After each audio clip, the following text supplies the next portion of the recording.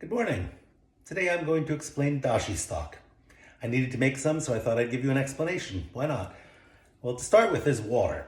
I've been told that soft water, such as is used in Japan because it filters through the mountains and has a very different quality than hard water, which is common in Europe and much of the US, is great for taking flavor out of bones, making stock. At least this is the theory of this. I don't know if it's true. I use water from my tap, but I was actually in the Japanese grocery store yesterday, and there was a young woman looking for how to make dashi stock, and I kind of almost gave her a dissertation, and I resisted, but she picked up this, and this is what most people use. It's hondashi. It's made by the Ajinomoto company that actually invented MSG, so that's MSG. I don't have a terrible feeling about this one way or another. People do use it. I just think it is an ultra-processed ingredient. It doesn't exist in nature. The chemical components of that, the umami flavor, the inosinic and guanylinic acids, and glutamates, of course, exist in nature, and you can get them from all sorts of places, like, mushroom stems that I save and Parmesan rinds and that sort of thing. So I figure, if you're going to do it, why go to an instant stock when dashi is actually almost completely instant? There are versions that have the ingredients in a kind of little tea bag, and I find these are very good because they don't have added sugar and MSG and guar gum and all this other stuff. If I showed you the ingredient label on this, it's pretty long. This is not. Just a few ingredients, and this, works in 10 minutes, and it's pretty good. I think these are fine. They're not as salty, and they're not as addictive as the other. There are kinds that actually don't have MSG or salt at all in them, and they are powdered instant, so you don't have to remove the tea bag afterwards. But these are okay too. You just want the the flavor boost without all those other ingredients. But what I'm going to show you is really dashi from scratch. Kombu is one of the essential ingredients. This is just a seaweed. You can buy very expensive kinds. This was not. It's a giant kelp. You can see the cats are getting very excited because they can taste umami. They can't taste sweetness, weirdly enough, but this they are happy with. So you need this. People will say to wash it off. If it's got a white powder on it, do that. Otherwise, just take a couple of pieces. I'm putting this into hot water to let it, you don't want this to boil for a long time, but let it soak for a while, and 5-10 minutes just till it's softened, and I'm going to heat that up. Just don't let it boil, okay? Now the other ingredient is the katsuobushi, and I've actually made this from scratch it's actually skipjack tuna. It's not bonito. They use that name. They're closely related. Bonito is about that big or so, and it lives on the coast of California and Mexico. It's very close, but a skipjack tuna is yay big. It's about 4 feet long and weighs 100 pounds or more. And I learned how to do this in Japan, but this is not mine. I bought this, but this comes from a company that at least the guy that I learned it from, his are carried there. And this is the kazuriki. You just sort of grate this along, and it's got such a lovely, it's smoked. This is hongare katsuobushi, so it's also got mold on it that draws out moisture, breaks down the flavors, and creates this wonderful inosinic acid that goes with the glutamates that are naturally in the seaweed. So what you have at the end are what look like pencil shavings. They're red. You can eat them just like this. They're smoky, they're fishy, and cats love this. Just for the record. But this costs about, $25 for a whole piece, and it lasts me for many different batches. You can, if you don't want, just buy the flakes. They're easy to buy. They come in little packets. They will go stale if you leave this packet open for too long, and actually they shave them very, very finely. And this goes into, and not just these katsuobushi flakes, but the actual dashi stock goes in almost everything in Japanese cuisine. Certainly miso soup and sauces and flavoring. So in any case, what you're doing is you're just gonna bring up that kombu to a boil and then turn the heat off, put this in there, let it soak for about 10 minutes, strain it, and that's it. So it's almost instant. This really is an instant soup, which I don't understand why you'd use the, utterly instant. The reason I own it, I actually, I add this to eggs sometimes. I add it to cooked dishes. It adds a little bit of burst of flavor. If you really don't want to go through this whole process, it takes 1 second. This takes 10 minutes, and I don't think there's a big difference, but the flavor is phenomenally different. This one sings in your mouth. You can feel your taste buds kind of open and, accentuate all these other flavors in a way that tastes kind of like Doritos. They kind of hit your palate, they go bam, and then all of a sudden there's no flavor, and you go, what happened? I need another one. And that, of course, makes you eat too much.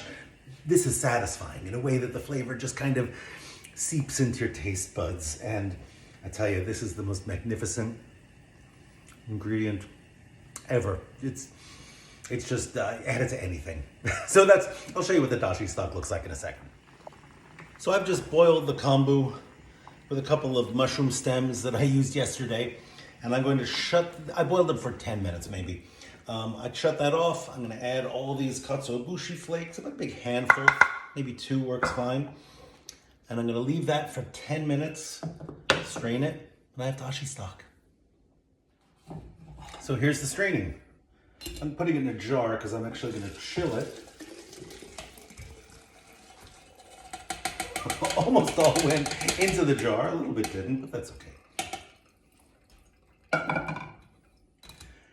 Into this, you can just throw some udon noodles. I'm going to use it for chawanmushi. I'm going to mix it with eggs and steam it, but and for which you need it at room temperature. But otherwise, this will be lovely. I'm going to make chawanmushi now. And I'm going to actually follow my own recipe, which is very unusual because the last time I tried this, I didn't follow my own recipe and it didn't work. So I'm using, and the timing is so important on this. It's a simple recipe, but man, it took me a lot of tries to get this. I'm using a 1/2 cup of dashi stock that I just made. I'm using a 1/2 teaspoon, let me make sure, of soy.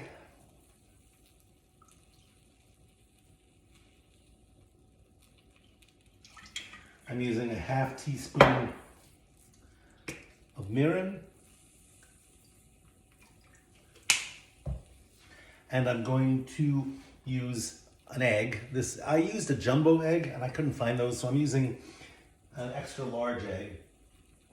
So I'm going to pour a little bit of that out. That'll work fine. And I'm going to break this in. Now what you don't want to do is beat this. It's a custard, but it should have a really, really fine texture, and you don't want to beat it at all. In fact, I wouldn't even take a fork to this. I'm just going to put my finger in here, and I'm going to swirl it around. And then, did I miss anything? No. The other ingredients go on top after it's steamed. You could put some things in during, but I'm following my own recipe. And then comes the laborious task of straining this. And I know this sounds crazy, but it's kind of necessary for the complete emulsion of the ingredients, and so nothing odd goes in there, I guess. The other weird thing about this is if you cook it too quickly or over 170 degrees, it will turn into scrambled eggs and the water will come out of suspension in the egg mixture. And instead of having a custard, you will have a weird, well, you'll have boiled scrambled eggs, which actually tastes very good, but it's not exactly what you want for this recipe. And this is tedious and messy, I will admit. I've just put a strainer over a bigger bowl so I could get a little more surface area. I'm not sure whether this is working well, but it will take you a little time. And you'll see that the little egg nubbin will not go through the strainer, so you're going to throw that away eventually. What I'm talking about is what would have become a chicken is still there. Anyway, I can't get it out right now, but can you see it right there? It's that little nubbin. And this will just take me this is actually the most tedious part of it. And it is messy. So this is, served in Japanese restaurant as a starter, or I think it's one of my favorite dishes, and when it's good, it is so nice. And I think the fresh dashi really makes a difference in this.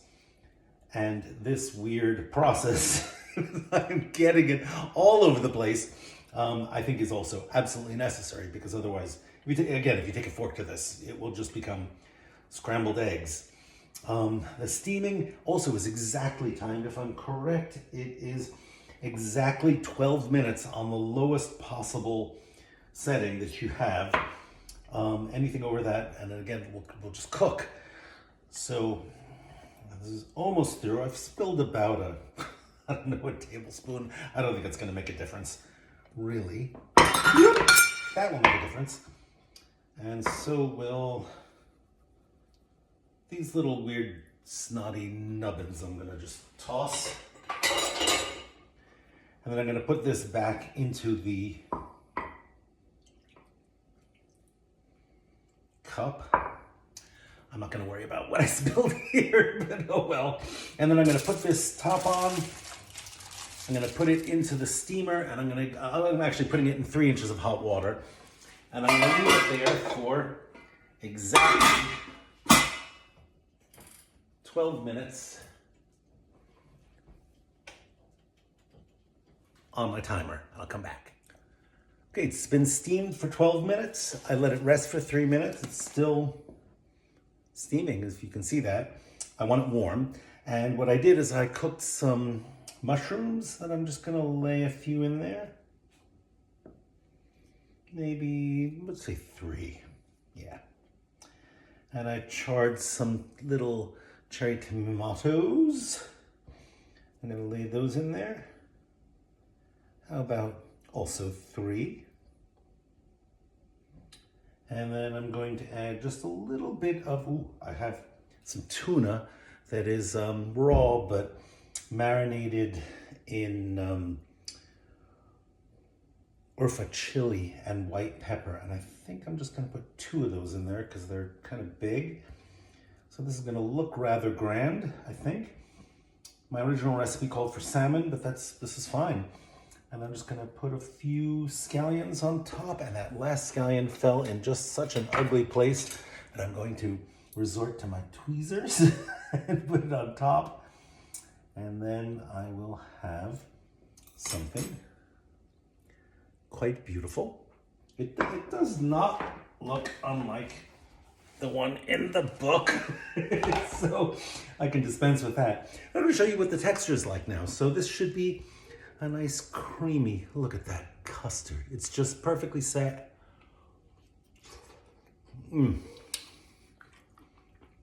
It's not scrambled eggs.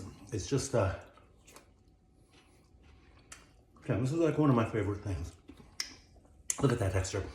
I've never used this spoon. I carved it the other day. It's sycamore from my yard.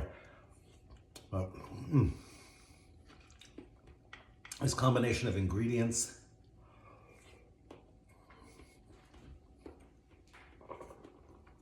with the fish is perfect. So I encourage you to give this a shot. It's a magnificent dish, and it makes all the difference when you use fresh dashi. I think so, or homemade dashi.